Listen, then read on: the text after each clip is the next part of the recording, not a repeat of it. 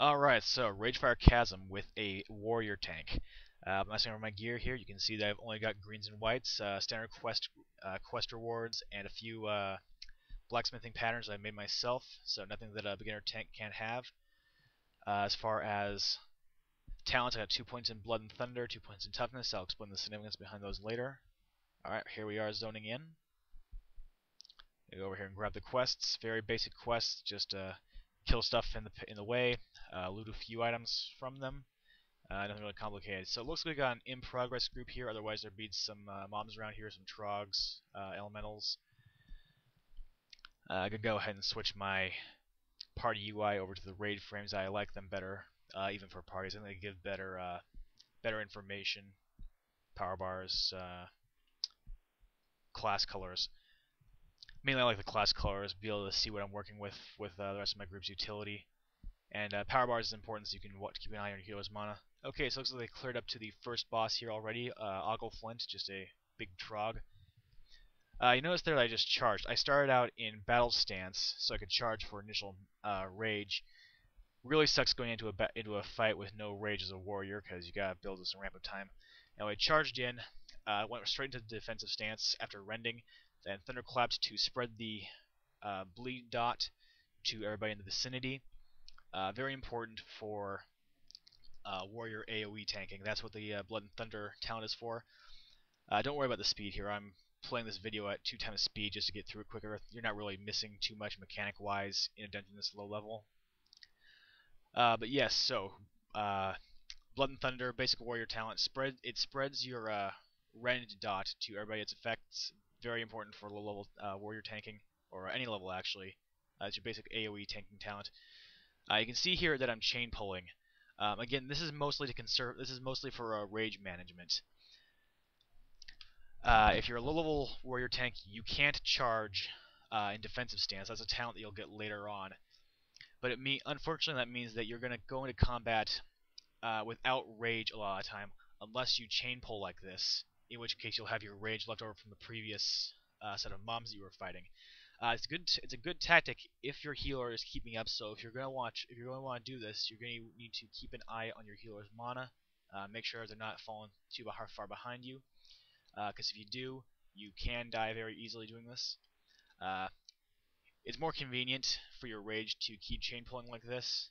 Killing here some of the quest mobs. But better to take your time and have to go in with that battle stance, charge, rend, defensive stance setup each time than to stay alive than to go in with rage and a healer. Let's see, yes. So the Warlock here is kind of getting my nerves a little bit. They've got their Void Walker taunting, but whatever. I usually don't say too much about that. I like to think of that as a more of a challenge for me to overcome by playing better. I pulled more than I meant to there, but the healer's got my back. Pretty easy to keep people alive in these really low level dungeons because mana and health regeneration are at inflated rates at these lower levels. I'm going to the left here. Normally I go to the right, but I'm going to the left here because we're coming up a little bit short on the quest item drop, since we didn't get those first couple elementals that were already dead when we entered the instance. And there's some more over here, so I'm just going this way to get them and get that quest done. Let's see. I'm mostly using Thunderclap and Shield Slam here. I'm throwing Heroic Strikes once in a while, but I'm mostly using Thunderclap and Shield Slam for my threat generation. You don't really want to use Heroic Strike unless you have at least 50, 60, maybe even 70 rage built up. Heroic Strike is what they call a rage dump. It's something you only use when you've got rage to spare,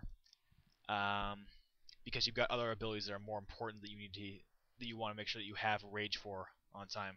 I was asking the Warlock to stop pet taunting there, but one of the hunters got confused and thought I was talking to them, so clarifying that. Alright, here's our second boss, Tiramagan the Hungerer. This boss is the target if you're doing a random dungeon. You'll get your satchel for killing this guy. You notice he does that little fire nova thing that is interruptible if you've got anybody who can do that at this level in your party. I can't yet. At level 15. It does a little damage, knocks you back. Nothing too scary. What was I talking about? Right, this guy is the boss you'll be killing for random dungeons. A lot of times, party members will leave after this guy because they just want to get their random dungeon done. But in this case, everybody's going to stick around, which is nice because there's a couple more bosses further in. See here, I'm doing the charge tactic again. Ran out of rage. So you charge, rend, thunderclap, and then switch defensive. Because when you switch stances, you will lose rage unless you have a talent which is in the arms tree, so you won't have yet. So remember, that's charge, rend, thunderclap, and then change stances so you don't lose all that rage that you built up from the charge. Going here, using my gun to pull a little bit. Very important skill for a tank to develop is proper pulling technique. If you can control your pulls at the right rate, so you've only got as many mobs as you want to fight at a time, and you're fighting them where you want to fight them, it's going to make things a lot easier on you and your healer, especially at the higher levels. At these levels, it's not as important, but it's a good time to start practicing that and trying to get into the habit of learning how to do that. It's always best to start learning these skills as early as possible so you can get into the habit of doing them, not have to try and pick it up later. And anyway, here's our third boss, Shar'kon the Invoker. It comes with a couple ads. He's a warlock, so he'll be casting some dots and curses. You're probably not going to be able to get rid of them at this level. I don't think any of the healing classes have decurse at this point, so you're just going to have to heal through them if you're a healer. Just going to have to take them if you're a tank. They can be interrupted if you've got somebody with interrupts, but again, level 15 don't have my shield slam yet, or you don't have shield slam yet at all. It's pummel now. I do miss shield slam. I like the little sound effect with that, but hey, no biggie. A little shortcut there coming up the ramp here. Mind that ad on the side. It does pat up and down this ramp, so just be aware of where it is. If you're taking that shortcut and not coming from the bottom of the ramp. Also, don't forget to Victory Rush.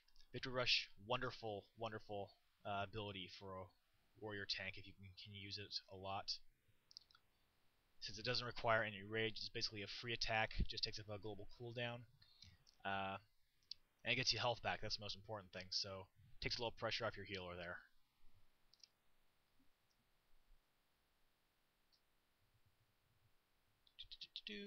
Running. Coming up on our fourth boss, a satyr whose name is escaping me at the moment. I think it's just the Balnazar, something like that. Anyway, yep, here he is. You're not going to be able to pull him without the other two ads. Yeah, I don't think he does anything special. He never did in the past. Nope, there we go. Curse of Agony and a poison. So again, just dots you got to deal with. Nothing special.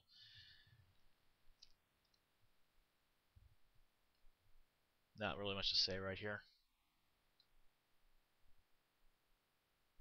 I think it is nice that they gave him and Ogleflint some actual item drops, some actual blue drops. They didn't have that before. Back in the back pre-Kata, they were just quest mobs. So once you killed them that one time for the quest, you never had a purpose to kill them again.